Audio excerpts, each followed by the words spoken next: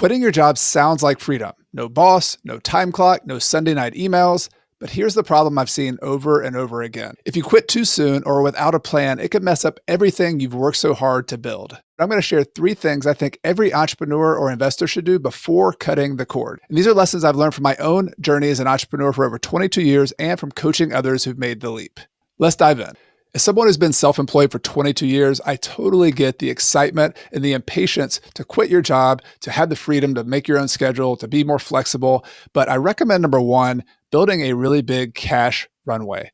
Now, how big, how much cash you set aside depends on what helps you sleep well at night. But I think 6 to 12 months of your personal expenses set aside in some kind of savings account that you can draw on if needed is really helpful. Now, why 6 to 12 months? Well, one of the issues of being an entrepreneur or quitting and transitioning to another type of job is you're losing the security of that paycheck. So having cash to draw on is kind of like a security blanket. And I remember a friend of mine, I actually wrote about him in the book, The Small and Mighty Real Estate Investor. His name is Anthony. And back in the beginning of his real estate investing career, he's been doing it for almost 2 decades as well. But he and his wife both had jobs and he was just itching to go. He wanted to quit his job. And so he decided to set aside 6 months of cash, and his wife continued to work her job, but they needed both the incomes to pay for all of their expenses.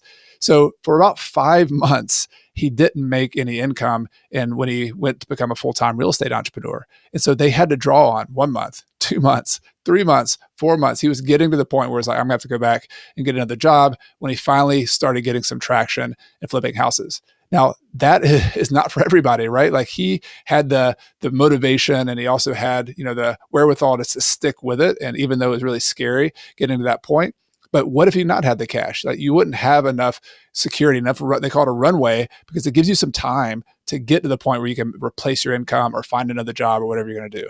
So 6 to 12 months of cash, really good idea. This is a good idea just in general as an entrepreneur. In 2007-8, when my business partner and I hit the Great Recession, we were doing pretty well in 2004, 5, and 6, growing.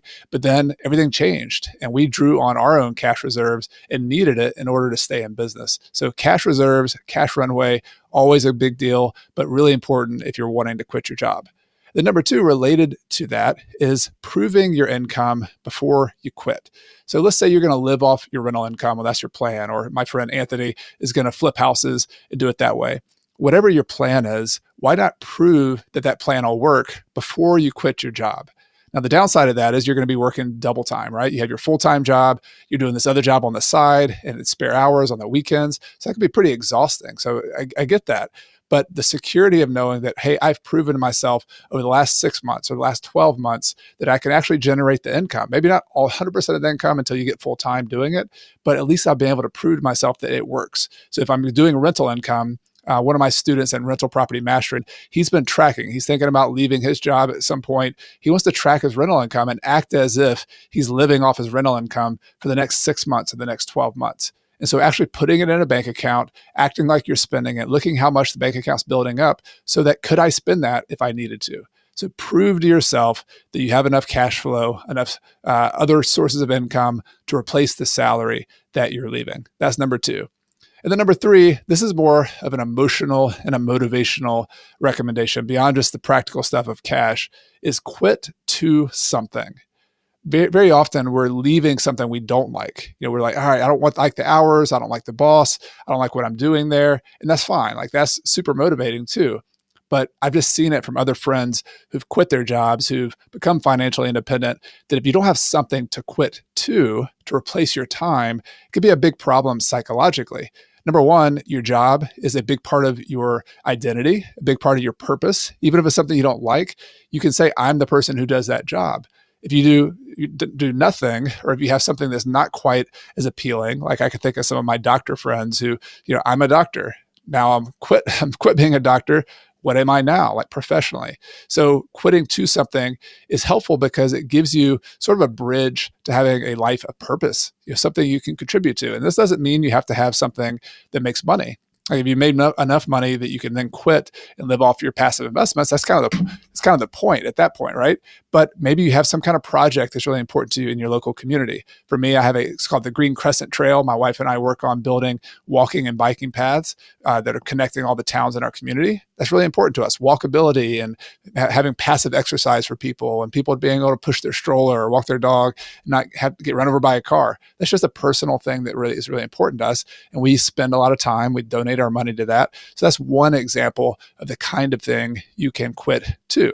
And that why also gives you a motivation. So when you're having to build up that cash runway, when you're having to prove to yourself that you can do the income, there's gonna be a lot of work. It's not easy to make that transition.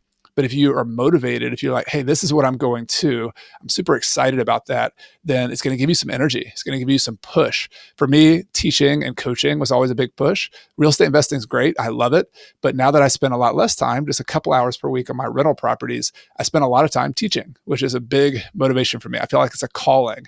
And figuring out your calling, is it something you just snap your fingers overnight you figure out? It takes months, years of journaling, of reflection, of trying different things. But if you have some ideas, then what you're gonna quit to, then you'll have some motivation and also something to replace all that time you're spending on your job. So if you made it this far, I'm going to guess you at least want to quit your job, or you want to have the option to do that. So you can buy back your time and have the flexibility to do whatever you want to do.